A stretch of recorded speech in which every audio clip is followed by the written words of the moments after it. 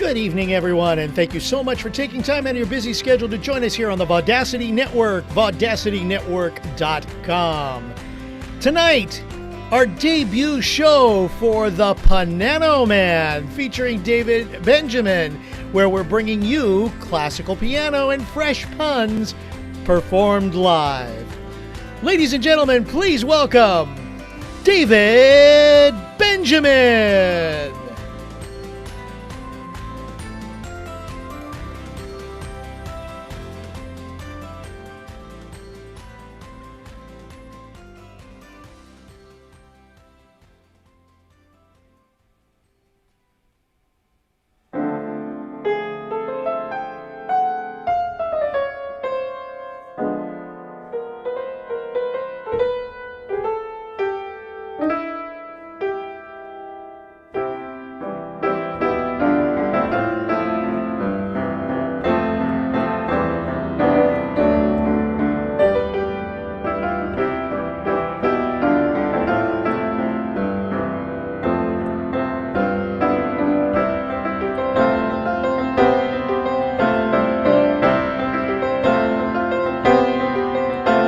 It's 7:30 on a Wednesday.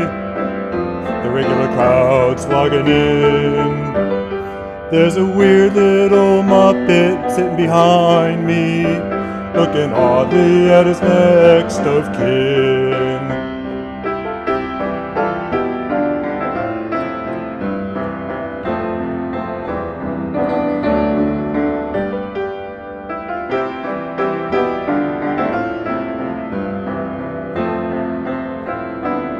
He says, "Mana, yip, yip, yip, yip, yip. Nope, nope, nope, nope, nope, nope, nope," he goes. Not sure if he knows any English words, and he's wearing some really strange clothes. La-la-dee-da, la-la-dee-da.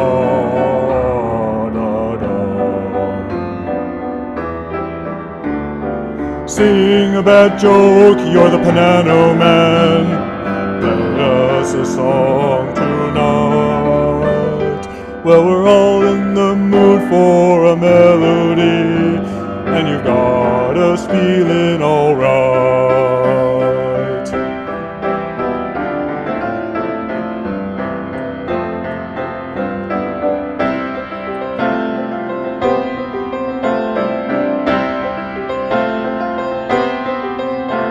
Now the Carganellas are friends of mine.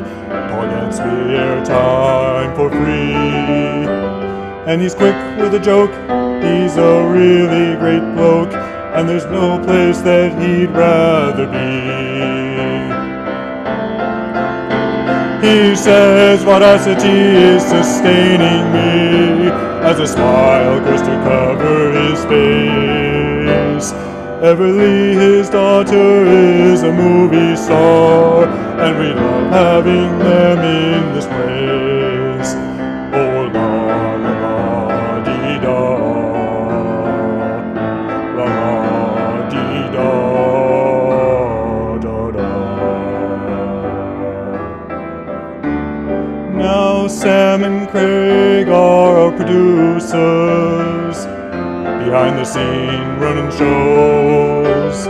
They say stuff to me on the talkback mic C, and throw me off like nobody knows.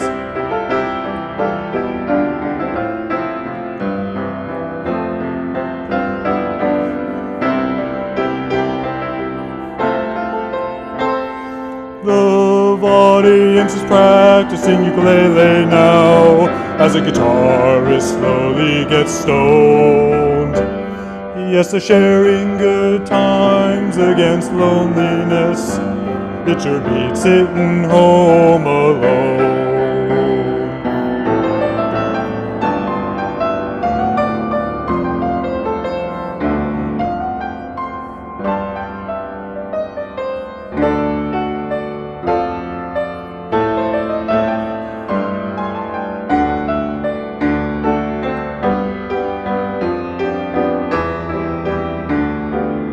Sing a bad joke, you're the piano man. Play us a song tonight. Well, we're all in the mood for a melody, and you've got us feeling alright.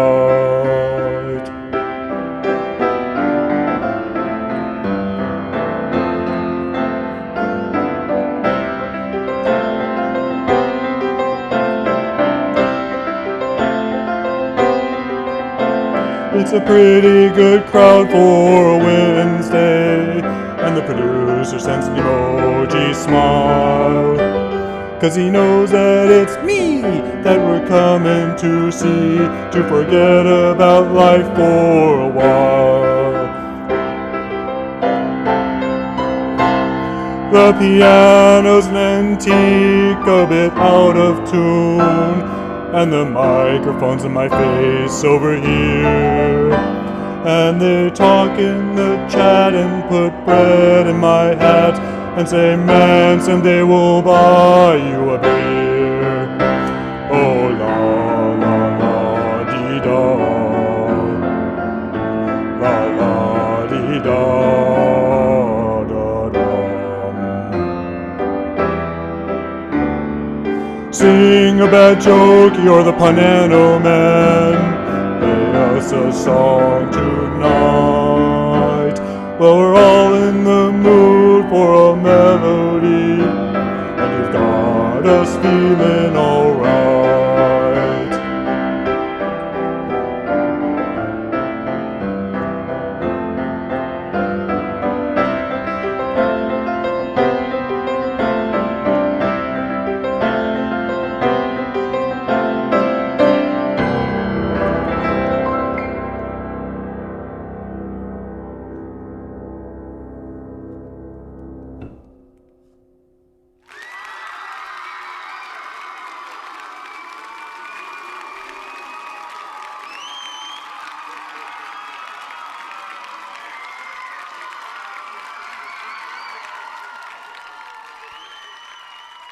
Hey everybody. Oop, let me turn my reverb off. I'm not Paul after all. There we go. Welcome, welcome, welcome. Thank you so much for joining me here in my living room on the virtuals on the Vaudacity network. It's a wonderful pleasure to be able to share piano music with you. What you just heard was the original version of Piano Man. Billy Joel's music producer told him that it was a little too specific, that not enough people could probably identify with it, so he made the more general version that most everybody knows now. That was the original. And so what I have planned for tonight, oh, there's a super chat from Kathy B, who has sent a very high-speed Superman avoparasado. As Dari and I have decided, it's not a pear or avocado. It's somewhere in between, and it's Portuguese. So remember that. That's what that is.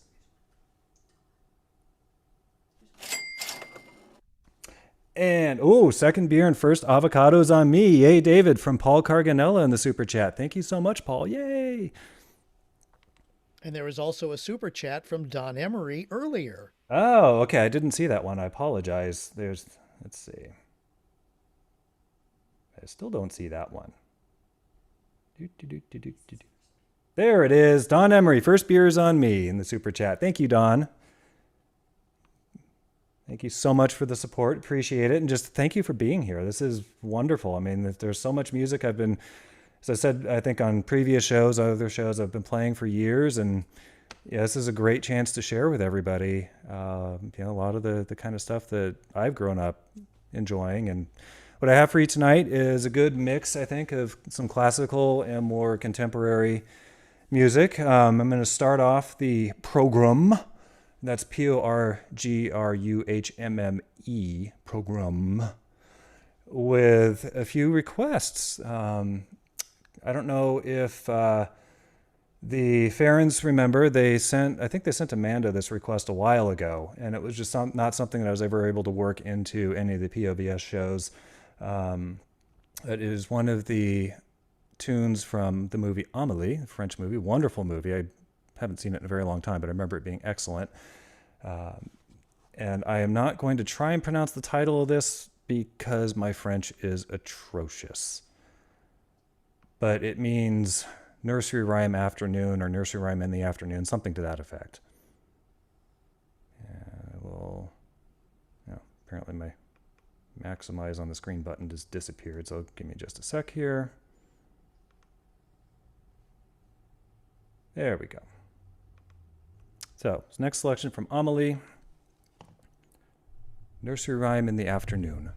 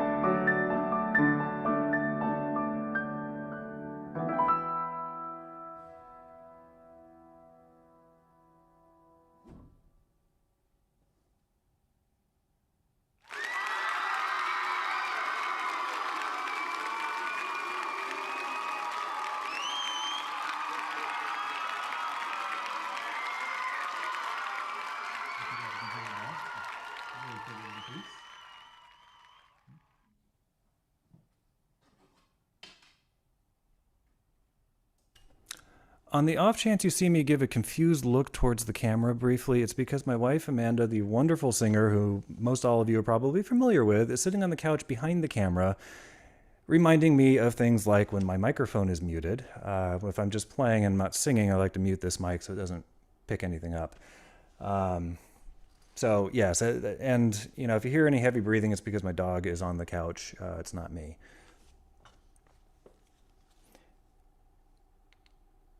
Now the next selection, we're going to be bouncing back and forth a little bit between classical and contemporary here.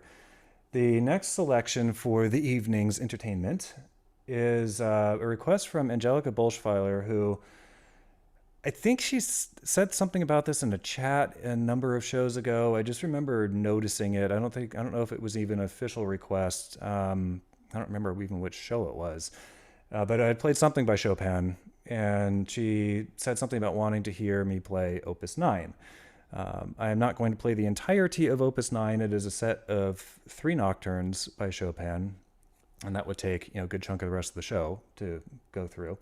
I'm going to play probably the best known. It's probably the best known of any of his nocturnes, and certainly the best known out of this set of 3. It's the Opus 9 number 2 in E flat, and I hope you guys enjoy it. It's a very pretty piece.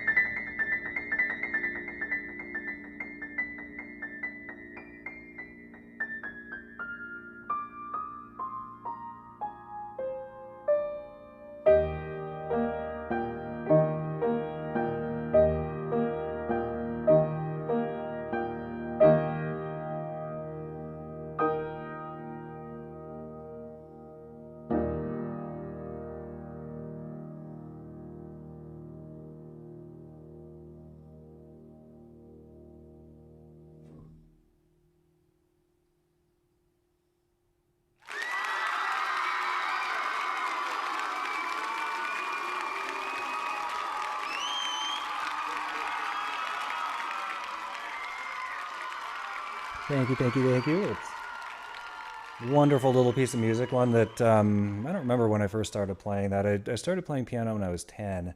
And certainly my experience with that particular piece goes back quite a ways. And apparently there is a super chat, and it is, oh, hey, I can click on these. I didn't know that. That makes this much easier. From my mom, Corey Benjamin, thank you. As all those years we paid for piano lessons have sure given us our money's worth. Great job tonight, David. Well, thank you. Yes, I think we've all gotten our money's worth out of it, especially me, because it's one of my passions in life is playing piano. And that actually leads me to, I wanted to tell you guys a little bit about me, because I know that all of you have probably seen me perform on Polly's online variety show and Moody Mondays / Terrible Tuesdays / whatever else we want to call deep cuts, depending on the day of the week, or what mood we're in when we refer to it. I started playing piano when I was 10, and mainly started because, from what I remember, and my mother can correct me in the chat if I'm incorrect in remembering this, but from what I remember, I was playing soccer when I was a kid, and I wanted to stop. And not being a super outgoing type, I was pretty introverted and stay-at-home sort of kid. My mom says, well, you have to do something else outside of school if you want to quit soccer. And then she says, how about piano? And I thought, I guess I can do that. Sure. It'll get me out of soccer. And it's funny because most of the time kids go the other way. So already a little bit weird. So I started piano when I was in junior high. It was a rough time, hormonal wise and all that, but I really wanted to quit piano. I was having a difficult time. I felt like I wasn't progressing. I couldn't play all the stuff that I wanted to, sort of thing. And my mom says, well, you have to do something else outside of school if you want to stop piano. And me, being lazy, elected to just stick with piano. And so I kept taking lessons all the way through high school and took lessons for a couple of years in college, where I majored in music. Sang in the chorus in college. And then once I graduated, I got completely unrelated jobs compared to the music field. And it really just played for fun. And that lasted for a lot of years until I joined a choral group at Cal State Channel Islands up in Camarillo back in, I think, 2007. I've been singing with them every year. I haven't missed a single year yet singing with that group since then. And actually met Amanda. She was a music major too. We met each other long after I graduated from college. She was still a senior. I'd gone up for a choral concert. So music's been had obviously a very big impact on my life. And then I came into Vaudacity group through Amanda. She had participated in a singing competition with the High Street Arts Center over in Moore Park in Ventura County. And, we met Paul briefly in person late last year. And he says, oh, you play piano? You should come on the show. So I said, okay. And here I am. Now I got my own show, and it's pretty cool. And I see a super chat from Carmen, who apparently wants to rage quit. And it looks like, I'm guessing, a game controller of some kind pounding the floor. So thank you, Carmen.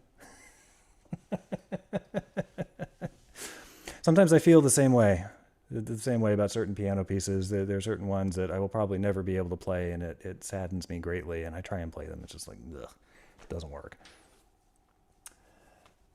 So we've heard a couple of, a contemporary piece, a couple contemporary pieces, a classical piece.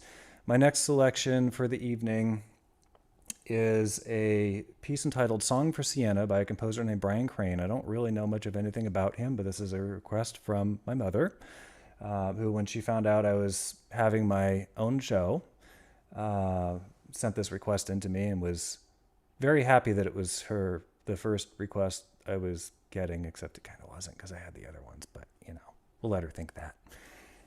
It's a very, very pretty song. Unfortunately, I don't know anything about its background. Sorry, I was nodding at my wife. She was pointing something out to me. I don't know anything about its background, but it's one I've enjoyed learning. And also, before I forget, the piano you are listening to, I can't imagine what the creators of this piano would have thought had they known that something like Piano Man or some of the other stuff I played on it would eventually be played on it someday. It is a Chickering brand piano. Chickering was established in 1823, went out of business. It was bought and sold numerous times. I think eventually by the mid 20th century, it had really just become a brand name rather than its own company. But they went out of business officially in 1983, so they're around for 160 years. This particular Chickering was built in 1889. It was partially rebuilt, from what I understand anyway, what the piano store told me. It was partially rebuilt in the 1980s. I don't know if it was before or after Chickering officially went out of business. But they restored the case, they redid all the metal, the hinges, the pedals, all that stuff. Unfortunately, they didn't. They restrung the piano, but they didn't fix things like cracks in the soundboard, the action in the piano. In other words, when I hit the key and the hammer hits the string, all the stuff that makes that happen is still original. So it's kind of remarkable, actually, because what you're hearing tonight is some of this stuff might get to be some fairly fast notes on a piano that's 132 years old, and it can still handle it, and I know there's a joke about the Baroque composer handle in there somewhere, but I'll let you all have that first one. It's pretty remarkable that we can still play this kind of stuff on a piano that's this old. And my friend Tracy Kasem is watching. Hi, Tracy. Tracy is a former coworker of mine from many, many, many years ago. We used to work at a computer store together, and she sent a little. I'm guessing that's a fox saying "Bravo." So thank you, Tracy. So I think without further ado, I've yammered on enough here. I will play for you guys Song for Sienna by Brian Crane.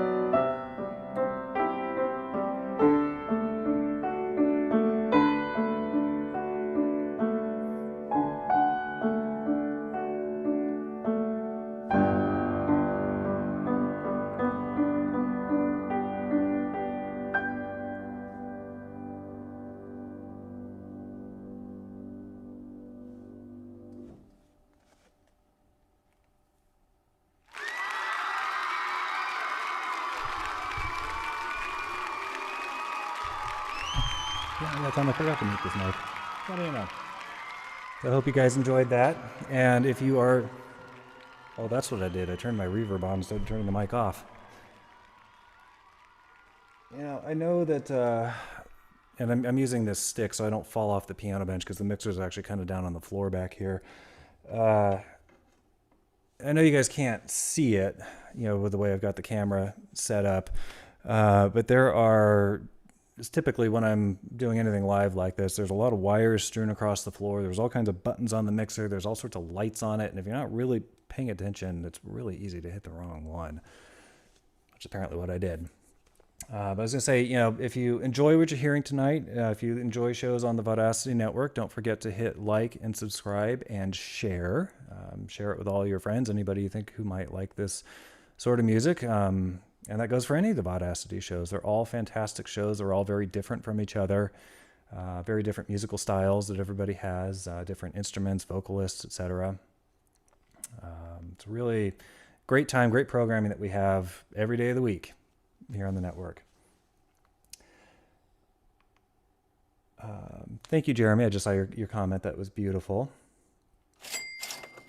And, oh, another super chat from the Pierces. Thank you so much, guys. New fave show right here. Fire.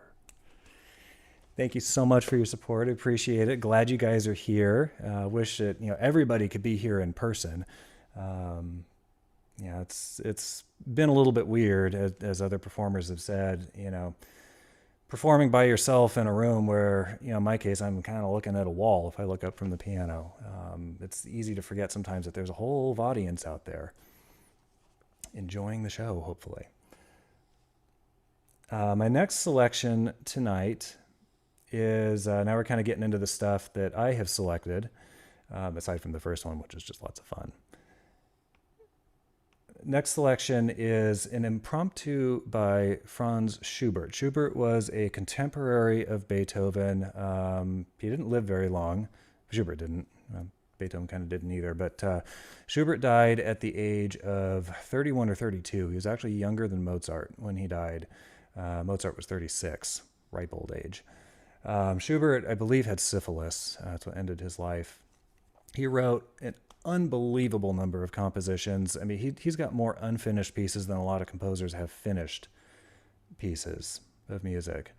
You know, his songs alone for piano and voice, various combinations, various different, you know, soprano, baritone, etc. His songs for piano and voice by themselves number, I think, over 600 compositions.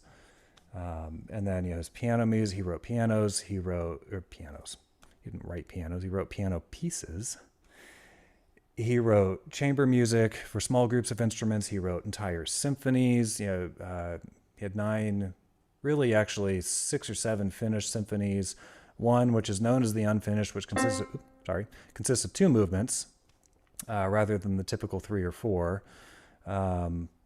It's performed as a 2-movement work, and it's incredible. You know, all sorts of compositions, all sorts of different genres that he wrote for. The impromptu I'm playing tonight is one of a set of 4 that were published together. A lot of his music doesn't have opus numbers. Opus numbers are when a publisher publishes a set of pieces, be it a single piece or a group of them, they're assigned an opus number. And typically, it'll give you a clue as to when in the composer's life the piece was written. You know, if it's a low opus number, chances are it's a very early composition. If it's a high opus number, it's much later in their life. This particular one was opus 90. But a lot of Schubert's pieces don't have opus numbers, and somebody whose last name started with D, I didn't look it up, so I don't remember, but they came along and cataloged everything. So a lot of his pieces are typically referred to by the D number, the catalog number, as opposed to the opus number. He wrote a number of pieces called impromptu. I don't really know where he got the title. They're medium length piano pieces. This is one of my favorite ones. It's very martial, very almost military in a way. There's a great variety of compositional technique that he uses in it. So it's impromptu number 1 in C minor, opus 90 by Franz Schubert.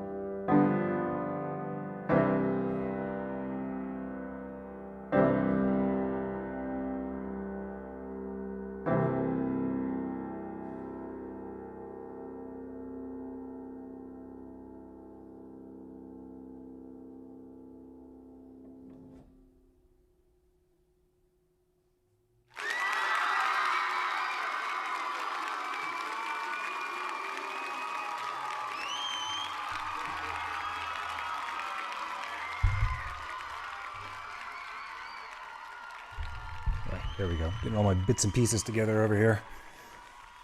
It's the stick that I use to turn off the mixer likes to fall over, so to avoid clattering all your ears, gotta be a little careful with it. And I just realized that I haven't been nervous enough about doing this tonight. I'm not a performer by trade. I elected not to go into professional music. And we have a super chat. Thank you, Jeremy, contributing to the Mixer Chord Fund. It's not so much an issue with the chords as it is, they're just kind of everywhere. Amanda has the same problem with her setup upstairs, and we've made it a little bit better. We've been able to tie some of the chords down and that sort of thing, but sorry, my wife is saying something to me, but I didn't hear what she said. Oh, there's a running joke about the stick. Oh, wonderful. And of course, I haven't been seeing the chat a whole lot, so I have no idea what the joke is. What kind of cord do you need to stop using the stick? It's not the cord, Paul. It's not the cord that I need the stick for. It's the button on the mixer. But I'm going to keep using it. My old man stick is how I think of it, because, keeps me from, or my anti-gravity stick, really, because it keeps me from falling off the seat when I use it. I just, yeah, I know. I was just getting to that. I realized I haven't really been doing a whole lot of puns tonight. I've been nervous, and it's just sort of gone out of my head. I like Julie's comment. We need more puns. B flat, and E flat, and G flat. Walk into a bar. A bartender stops them and says, "We don't serve minors." They left all keyed up. How's that? There's number one. Thank you, Julie, for that. Get me back on track here. And Craig asks, is it stick or shtick? Well, if I'm talking about it, it's probably shtick. But if it's the thing sitting over there, it's probably stick. So pick your own. My next selection here tonight, this is another piece. This is another thing by a French composer. This is, he was a mid to late 19th century composer, Francis Tomé. The title in English is Simple Confession. The title in French, once again, I'm not going to try and pronounce because I will butcher it. And if my sister ever watches this, she studied French. She lived in Paris for a year. I don't know if she still speaks it fluently, but she did. So next time I play something that's in French, I'm going to have to talk to her first so I can, say it comfortably here on the show. Anyhow, it's a romance without words, song without words. This is a form of composition that was popularized. I don't know that Felix Mendelssohn, a famous composer, invented it, but it was popularized by him. He wrote 60 some odd piano pieces called Songs Without Words. They're very song-like in nature. You can imagine the singer singing something to them, but they were solo piano pieces. And as is the case with this one, it's very clear melody line. Sounds like it should be a song, but for voice and piano, but is in fact just a solo piano piece. And it exemplifies a style of composition that was very popular in the 19th century called salon music. And it was not stuff that was intended for a concert hall. It was intended to be played in people's houses. You have friends over and somebody plays piano for them. A lot of Schubert's pieces kind of fall into that category too. Francis Tomé was, I think, fairly well known during his lifetime. Since then, he's been eclipsed by other composers who wrote concert hall type stuff. These Songs Without Words, these are a very popular composition. They paid the bills. And so without further ado, or perhaps as we might say in French at the end of the show, I'll say adieu. I will present you with Simple Confession by Francis Tomé.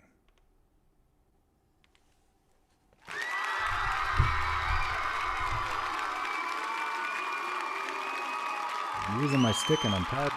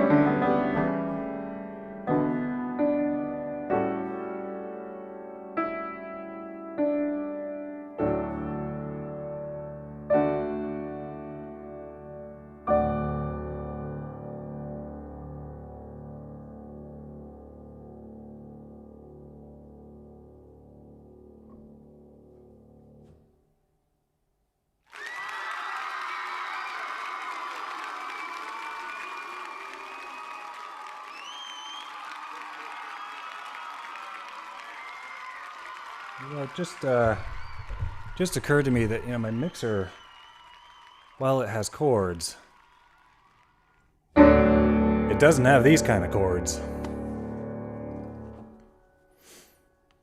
So I'm seeing some comments in the chat. Oh, another super chat just went cha-ching, although I don't see it. Yeah, for whatever reason, Thank you, Kelsey Blaine Gibson. Thank you, Craig. Thank you, You're Kelsey. welcome. Unfortunately, I don't see it in my chat here. I don't know what happened to it, but it's not there.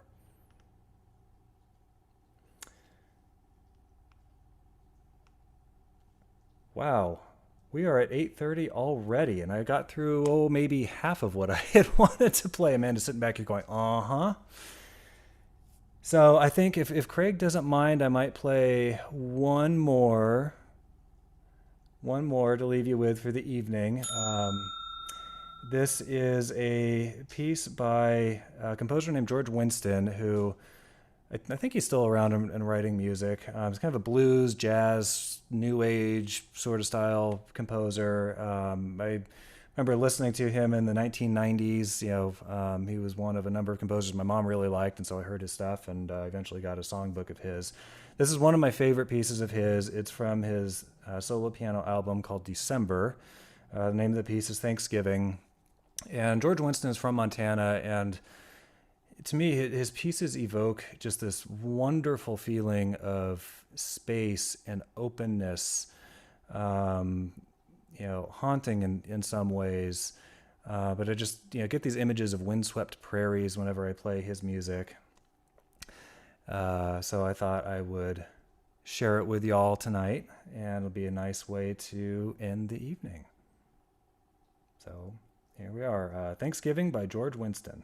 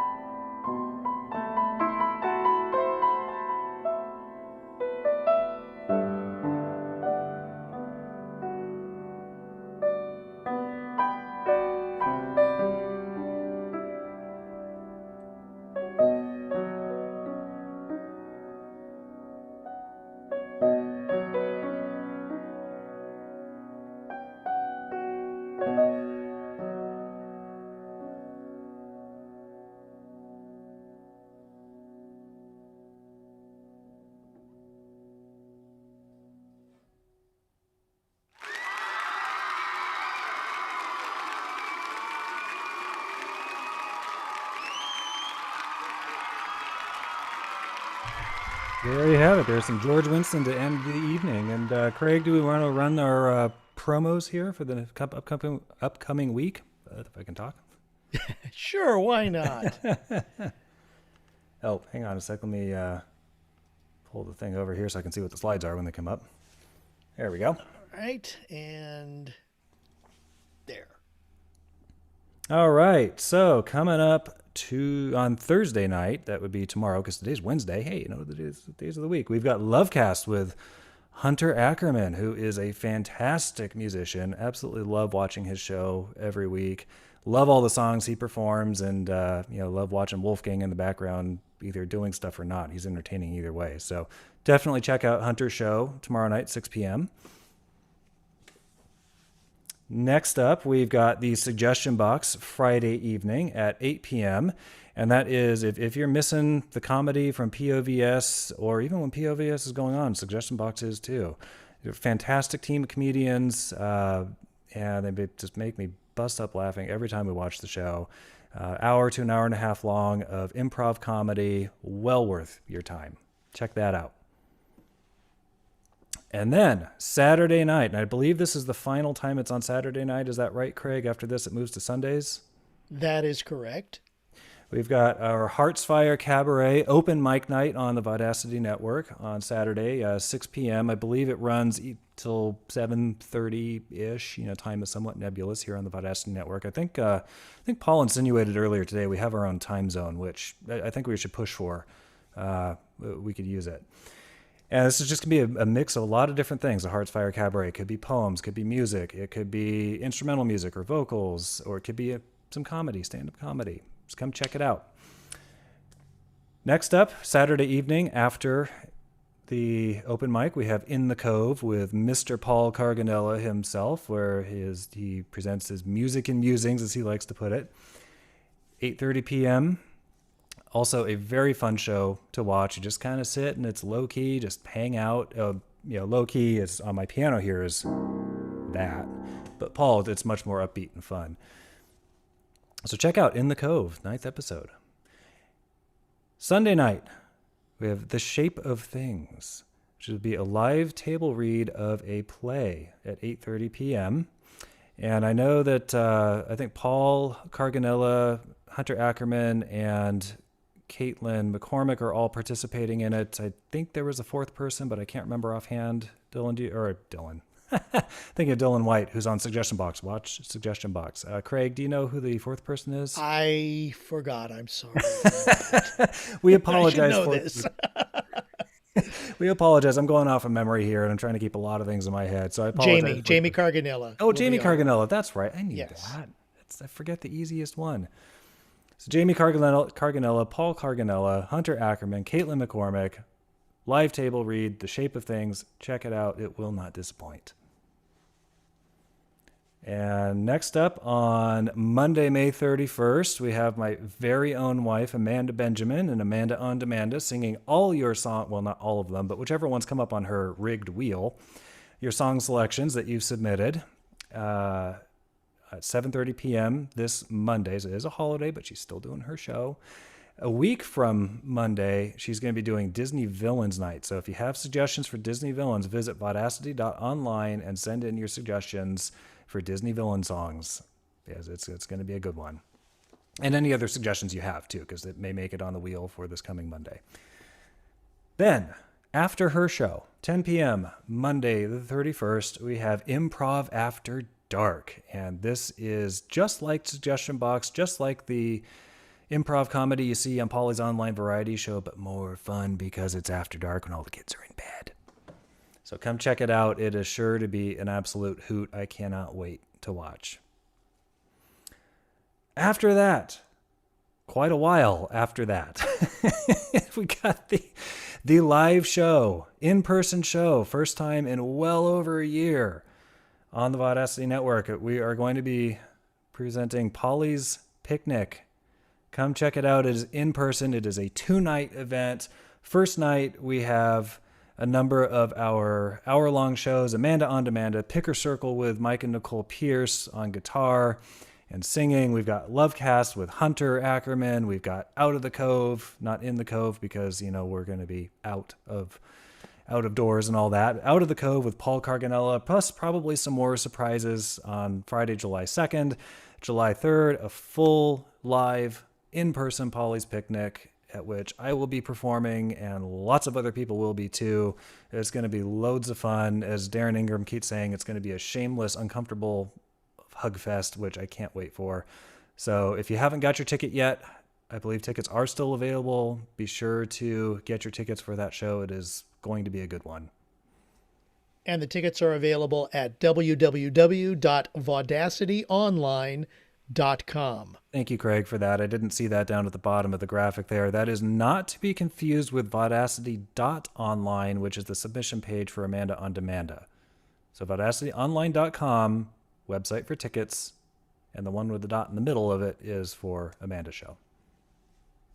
And that's it. That's all the promo tags we have. So stay tuned, subscribe, click like on any and all of these shows. They're all fantastic, and we will see you guys soon.